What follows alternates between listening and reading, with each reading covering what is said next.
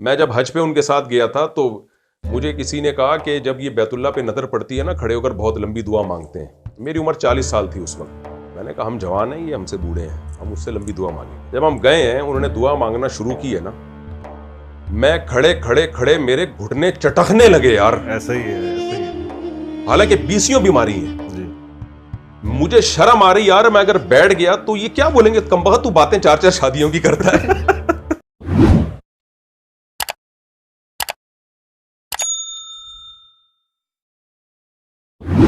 جیسے ایک دفعہ مفتی عبدالرحیم صاحب نے ایک بات کہی تھی، طلبہ نے اعتراض کیا کہ آپ کی تو بڑی پی آر ہے، آپ تو کبھی عاصم منیر سے مل رہے ہیں، کبھی باجوہ سے مل رہے ہیں، کبھی عمران خان سے مل رہے ہیں، کبھی نواز شریف سے مل رہے ہیں، سبھی سے بنا رہے ہو آپ کی تو بڑی پی آر ہے، تو کیا فائدہ ہو رہا ہے؟ انہوں نے کہا کہ یہ پی آر میں طلبہ کے لیے بنا رہا ہوں، آپ کے رشتے کرنے ہیں. اور ویسے میں جنرل نالج کے لیے لوگوں کو بتاؤں، چونکہ میں بھی مفتی عبدالرحیم صاحب کو 30 سال سے جانتا ہوں.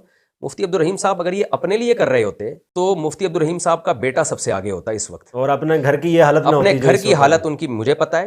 مفتی عبدالرحیم صاحب نے لکھا ہوا ہے کہ میرے بیٹوں کو، میرے بھائیوں کا جامعۃ الرشید کی انتظامیہ میں میرے مرنے کے بعد بھی کوئی عمل دخل نہیں ہوگا، یہ خاندانی وراثت ہی ختم ہوگی. جی میرے سامنے، میں چشم دید گواہ ہوں، مفتی عبدالرحیم صاحب کو 1.5 کروڑ روپے کا پلاٹ لا کے دیا گیا کہ حضرت یہ آپ کو ہدیہ. میں بیٹھا ہوا تھا اس مجلس میں، اسی وقت انہوں نے اٹھا کے مدرسے کو وقف کر دیا.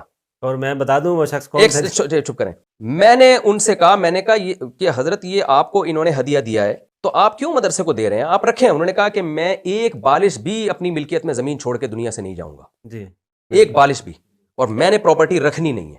تو انہوں نے کہا کہ میرے بچوں کو پلاٹ دیے گئے تھے کسی نے، تو بچوں نے وہ بیچ کے جامعۃ الرشید کو قرضہ دے دیا، اور وہ قرضہ اب تک جامعۃ الرشید نے مفتی عبدالرحیم صاحب کے بچوں کو نہیں دیا. تو میں بھی کچھ سوال کرنے کا حق میں نہیں، کیونکہ میں بھی تو جانتا ہوں اگر وہ درباری ملا ہوتے آج ان کی پراپرٹی ہوتی. اگر وہ درباری ملا ہوتے، ان کے مرنے کے بعد ان کے بیٹوں نے جامعۃ الرشید انتظام سنبھالنا تھا. ان کے حکومت یا اسٹیبلشمنٹ کے ساتھ اگر تعلقات اچھے ہیں، ان کا یہ کہنا ہے کہ یہ تعلقات میں نے طلبہ کے لیے اچھے بنائے ہیں. کیونکہ تاکہ یہ طلبہ جج بنے، یہ طلبہ پاکستان آرمی میں جائیں، یہ طلبہ پاکستان نیوی میں جائیں. آپ اپنی پی آر بنا کے اپنے بچوں کو آگے کر سکتے ہو، اس میں آپ حکومت کے لونڈے اور سرکاری ملا نہیں کہلاؤ گے آپ. اور ایک آدمی اگر حکومت سے تعلقات بنا کے طلبہ کو آگے لے کے جا رہا ہے، چھپے طور پر نہیں، علل اعلان بتا کے، اور اعلان بتا کے کر رہا ہے، بتا کے دکھا کے کر رہا ہے. چھپی ہوئی ملاقاتیں نہیں ہو رہی ہیں، دنیا کے سامنے ہو رہی ہیں. تو میرا خیال ہے یہ اعتراض، شخصیات پہ آنے والا اعتراض بہرحال غلط ہے. تو جو ویلڈ پوائنٹ ہے اس کو ہی کو ہم فوکس کرتے ہیں. تو شخصیات پہ تو بالکل غلط، کیونکہ ہم 30 سال ان کے ساتھ ہم نے اٹھنا بیٹھنا کیا ہے، ان کی سخاوت، ان کی جو ہم نے جو بھی سب چیزیں دیکھی ہیں، تو اس لیے یہ ٹھیک نہیں ہے. اب ہم آگے چلتے ہیں کہ آپ کا یہ کہنا ہے کہ بھائی انفلوئنس کم ہوگا اس سے، وزارت تعلیم میں آنے سے. ان کا کہنا ہے کہ وزارت داخلہ میں آنے سے. تو اس کو یوں کہہ سکتے ہیں ہم. اچھا، حضرت مولانا فضل الرحمان نے یہ بھی کہا ہے تقریر میں، میں نے پہلے بتایا کہ ہمارے لیے بہرحال قابل احترام ہے، اور ہمارے اگر میں ذرا سی بھی ان کی شان میں گستاخی کروں گا تو مجھے آپ سے یا جے یو آئی سے اتنا خطرہ نہیں ہے، مفتی عبدالرحیم صاحب نے میری پھینٹی لگا دینی ہے، فوراً مجھے مدرسے سے کک آؤٹ کرنا ہے. تو کیونکہ ان کی تو بہت سخت تعلیمات، اور ویسے بھی ہم احترام کرتے ہیں عالم ہونے کی حیثیت سے سب کے، وہ تو ظاہر ہے عالم ہونے کی، کیونکہ ہم بھی مولوی ہیں. آج ہم کسی کی پگڑیاں اچھالیں گے، کل کوئی ہماری پگڑیاں اچھالے گا. تو علماء تو سب مل جل کے ایک دوسرے کا احترام کرتے ہیں، تو عزت دیتے ہیں تو عزت ملتی ہے. حضرت مولانا فضل الرحمان صاحب نے تقریر کے دوران کہا ہے کہ آپ کی پگڑی اور آپ کی جو چادریں ہیں جو آپ نے سروں پہ رکھی ہوئی ہیں، اس میں اشارہ مفتی عبدالرحیم صاحب کی طرف ہی ہے، کیونکہ پگڑی کے اوپر وہ چادر بھی ڈالتے ہیں، یہ ہماری وجہ سے. تو کیا واقعی ایسا ہے؟ اگر حضرت مولانا فضل الرحمان نہ ہوتے تو مفتی عبدالرحیم صاحب آج جس اسٹیج پہ پہنچے ہوئے نہ ہوتے، اس کی کیا حقیقت؟ بس یہ آپ نے سوال کر لیا، ورنہ شاید ہم اس پر بات نہ کرتے. لہجہ اور جو الفاظ حضرت نے منتخب فرمائے حضرت مولانا فضل الرحمان صاحب نے ایک عوامی جلسے میں، ایک عوامی پلیٹ فارم پر، صحیح بات یہ ہے کہ ہمیں بہت زیادہ اس کا دکھ ہوا. قائدین کو اور کم از کم جو لیڈرز ہوں ان کو اس نہج پہ نہیں آنا چاہیے کہ آگے پھر چل کر جو اگلی نسل کا جو حشر ہوگا وہ آپ کے سامنے ہے. اور رہی بات یہ پگڑی بنوانے کی، کہ تو میں آپ کو یہ بھی کلیئر کر دوں، میں تو بہت چھوٹا ہوں، آپ مجھ سے 30-40 سال پہلے کے اس ادارے سے منسلک ہیں. حضرت کو پگڑی حضرت مفتی رشید صاحب رحمۃ اللہ علیہ نور اللہ مرکزہ نے بندھائی تھی، اور ان کا تو وفاق سے تعلق ہی نہیں تھا. حضرت بالکل فاضل ہیں، جامعہ اشرفیہ لاہور کے فاضل ہیں، اور اس کو کنسیڈر بھی کرتے ہیں، اور الحمدللہ مادر علمی بھی کہتے ہیں. بلکہ حضرت تو بہت سخت بات کہتے ہیں، ہم تو ان کی موجودگی میں بات بھی نہیں کرتے اس طرح کی کوئی. جامعہ اشرفیہ بھی حضرت جامعہ اشرفیہ سے فاضل ہیں. اور مزے کی بات یہ ہے کہ آج تک حضرت وہ سند نہیں لے سکے. سند جب لینے کے لیے جانا تھا، جب دستار بندی ہونی تھی، تو اس وقت دارالافتاء والارشاد میں حضرت والا کے پاس تھے حضرت مفتی عبدالرحیم صاحب. تو حضرت کے سر پر جو پگڑی رکھی تھی اور جامع الرشید جس نے حوالہ کیا اور یہ پورا جو منتظم بنایا، وہ حضرت والا مفتی رشید صاحب رحمۃ اللہ علیہ نے باندھی تھی.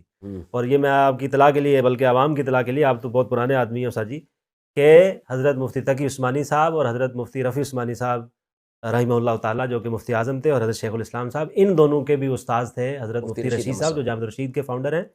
انہوں نے ہی پگڑی بندھوائی حضرت شیخ الاسلام صاحب کو، جو کہ وفاق کے صدر ہیں موجودہ، مفتی اعظم مفتی رفیع عثمانی صاحب کے سر پر، اور انہوں نے ہی پگڑی رکھی ہے اور منتظم بنایا حضرت مفتی عبدالرحیم صاحب دامت برکاتہم کے سر پر. تو اس طرح کی یعنی شخصیات حضرت کی مفتی تزہیر. رشید احمد صاحب رحمہ اللہ تعالی، حضرت مفتی تقی صاحب پہ بھی پگڑی باندھنے والے وہی ہیں، جی حضرت مفتی رفیع عثمانی صاحب کی پگڑی باندھنے والے بھی وہی، اور مفتی عبدالرحیم صاحب کی پگڑی بالکل باندھنے ایسے والے. ہی. مطلب یہ کہ مفتی عبدالرحیم صاحب کا لیول اتنا اونچا ہے جی، کہ اور مولانا کم فضل از الرحمان کم صاحب سے جونیئر بھی فضل نہیں الرحمان ہے، صاحب سے جونیئر نہیں ہے وہ، سینئر نہیں ہے تو جونیئر بھی جونیئر نہیں بھی ہے. نہیں ایک ہی سال میں فراغت ہے. یہاں حضرت مفتی عبدالرحیم صاحب شاید 1 سال سینئر ہیں ان سے، جی. 1 سال پہلے فاضل ہوئے ہیں. تو یہ جب پیرالل علم میں سب ہوتے ہیں تو پھر جی. شاید یہ الفاظ تھوڑا سا نامناسب اور اس ہوتے طرح ہیں. کے الفاظ اور الفاظ تمسخر نامناسب اڑانا، ہوتے یا ہیں، یہ کہ تمسخر کے وفاق طور کے بھی بالکل وفاق کے سارے ہی ہم وفاقوں سے ہی پڑے ہوئے ہیں، وفاق کے ہی فاضل ہیں، لیکن کسی بھی فاضل کو یعنی اس طرح تمسخر اور کے استہزاء انداز اڑانا، یہ استہزاء بہت ہماری ٹھیک دل نہیں آزاری ہوئی ہے اور بڑا ٹھیک دل دکھا ہے ٹھیک اس بات کے اوپر. اچھا دیکھیں اس کا حل کیا ہے، کیونکہ اب یہ ایک لڑائی سامنے آ گئی ہے، اور ایک صاحب پشاور سے انہوں نے ایک پوسٹ بنائی، ایک طرف مولانا فضل الرحمان مفتی عبدالرحیم صاحب کی تصویر لگا کے بیچ میں رو رہا ہے وہ کہ یار میں دونوں ہی میرے بڑے ہیں اور میں ان کو روتا ہوا دیکھ رہا ہوں. کچھ ایسے بھی لوگ ہیں نیوٹرل ہیں، کچھ لوگ ایسے بھی ہیں جو کہہ رہے ہیں علماء کی اس لڑائی میں ہم لڑائی کے ساتھ ہیں. ایسے بھی ہیں چسکے لینے والے.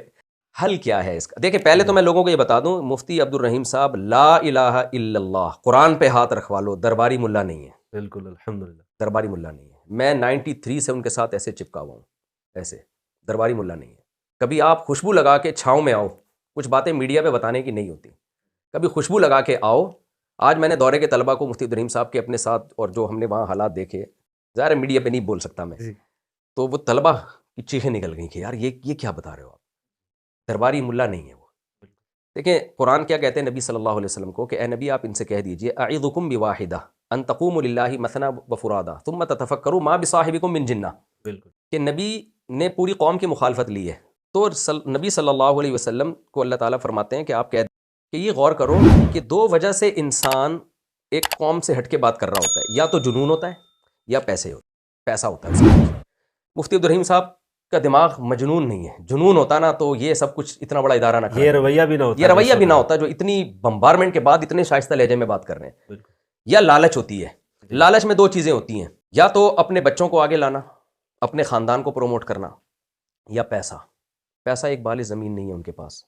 اور ہم نے بہت کوشش کی کہ ہم کچھ ہدیہ دے دیں حضرت کو. اور جامعہ میں سب سے محروم اگر ہیں تو حضرت کے بچے ہیں، حضرت کے بچے سب سے محروم ہیں. جو کسی بڑے وجہ بھائی سے- کے حال دیکھو، صرف ناؤ سے آگے بیچارے نکل نہیں رہے ہیں، ٹھیک ہے نا، یہاں بچوں کو لے کے بیٹھے ہوئے ہوتے ہیں، ایک بکریاں چرا رہے ہیں. تو اور میں جامعہ کا میں بہت نہیں، سب سے سینئر نہیں ہوں، بہت سینئر ہوں. میرا اپنا حال پتہ ہے کیا ہے؟ 35,000 میری جامعہ میں تنخواہ ہے. انہوں نے اب بڑھائی ہے وہ، یار اب تو سیٹ ہو گئی نا، وہ تو غلط 24 سال کے بعد جا کے ان کمبختوں نے بڑھائی ہے. میں اتنا خوش ہوا، میں نے خوشی سے نا کہ یار میری تنخواہ تھوڑی اچھی ہو گئی ہے. اب لوگ کہیں گے کہ تنخواہ اچھی ہو گئی نا اس لیے اتنا بول رہے ہیں. صحیح ہے نا؟ 24 سال کے بعد یار ہماری یہ تنخواہ دے رہے ہو تم 18 بچوں میں اور 4 بیویوں میں. تو میں اتنا خوش ہوا کہ میں نے کہا یار اپلیکیشن اب ڈاؤن لوڈ کروں، اس میں تو وہ ڈاؤن لوڈ نہیں ہو رہی. میں نے کہا یار کتنی تنخواہ بھیجی ہے؟ انہوں نے کہا بھیجی نہیں ہے، بس کی ہے اچھی، کیونکہ فنڈ نہیں ہے ہمارے پاس. 4 6 مہینے سے اساتذہ کی تنخواہیں بن چل رہی ہیں. یہ مشکل وقت آ رہا ہے، 4 6 مہینے، اور یہ ہوتا رہتا ہے. جہاں اسٹیبلشمنٹ کے لوگ ہوتے ہیں نا تو تنخواہیں بندنا ہوتی ہیں، ایڈوانس میں ملتی ہیں، ایڈوانس میں تنخواہیں ملتی، بہت زیادہ تنخواہیں ہوتی، تو ایسا نہیں ہوتا. تو مفتی عبدالرحیم صاحب کی اپنی کوئی پراپرٹی نہیں ہے، ہم اس کے چشمدید گواہ ہیں. ان کو جو ہدیہ بھی پیسہ ملتا ہے نا وہ بھی لٹا دیتے ہیں دوسروں کے اوپر، ہمیں ہی دے دیتے ہیں کہ یار تم کھاؤ جاؤ. تو جو ان کی روزوں پہ روزے ان کے چل رہے ہوتے ہیں، تہجد ان کی 2 مہینے میں نے ان کے ساتھ حج کیا ہے. میں جب حج پہ ان کے ساتھ گیا تھا تو مجھے کسی نے کہا کہ جب یہ بیت اللہ پہ نظر پڑتی ہے نا کھڑے ہو کر بہت لمبی دعا مانگتے ہیں. میری عمر 40 سال تھی اس وقت، تو بڑی لمبی دعا مانگتے ہیں یہ بیت اللہ کے سامنے کھڑے ہو کر. میں نے کہا ہم جوان ہیں، یہ ہم سے بوڑھے ہیں، ہم اس سے لمبی دعا مانگیں گے. 2013 میں حج کیا. جب ہم گئے ہیں انہوں نے دعا مانگنا شروع کی ہے نا، میں کھڑے میرے گھٹنے چٹکنے لگے یار. ایسا ہی ہے. حالانکہ 20 بیماری ہیں جی. مجھے شرم آ رہی یار، میں اگر بیٹھ گیا تو یہ کیا بولیں گے، کمبخت تو باتیں 4 شادیوں کی کرتا ہے. کھڑا نہیں ہو جا رہا مجھ سے. میں آہستہ کھسک کے پیچھے آیا ہوں. میں نے مولوی سعدی سے کہا میں پیچھے بیٹھا ہوں، جب دعا ختم ہو جائے بتا دیں. اس دعا میں ان کی جو ہم نے عبادتیں دیکھی ہیں، ان کی دعائیں دیکھی ہیں، ماں بچوں کے ساتھ خیر خواہی دیکھی ہے. مفتی رشید احمد صاحب رحمہ اللہ تعالیٰ کہا کرتے تھے، انہوں نے ایسے ہی خلافت نہیں دے دی عبدالرحیم صاحب، مفتی عبدالرحیم صاحب. ان کی آپ بیتی آپ پڑھو، جس میں انہوں نے لکھا ہے کہ میں نے اس شخص کو اتنا نچوڑا ہے نا کہ اس میں حب جاہ یا حب مال تو نہیں ہے. وہ خط دکھانا چاہیے مفتی رشید احمد صاحب کا. مفتی رشید احمد صاحب خلافت کے بارے میں بہت سخت تھے. وہ ایسے نہیں خلافتیں پکڑاتے تھے کہ جی صبح اٹھے خواب آیا مجھے خلافت دے دو. انہوں نے لکھی آپ بیتی کہ میں نے اس شخص کو اتنا کنگھالا ہے کہ جو کوئی سوچ بھی نہیں سکتا. اس کے بعد جا کے چیک کیا کہ حب جاہ یا حب مال تو نہیں ہے اس میں، اور ہم نے تو مشاہدہ کیا ہے. اور 20 سال گزرے ہیں حضرت 30 سال میں نے گزارے ہیں، 20 نہیں، 93 میں آیا تھا میں، تو اس کے بعد میں یہ باتیں کر رہا ہوں، اس قابل ہوا ہوں کہ میں یہ باتیں کر سکوں.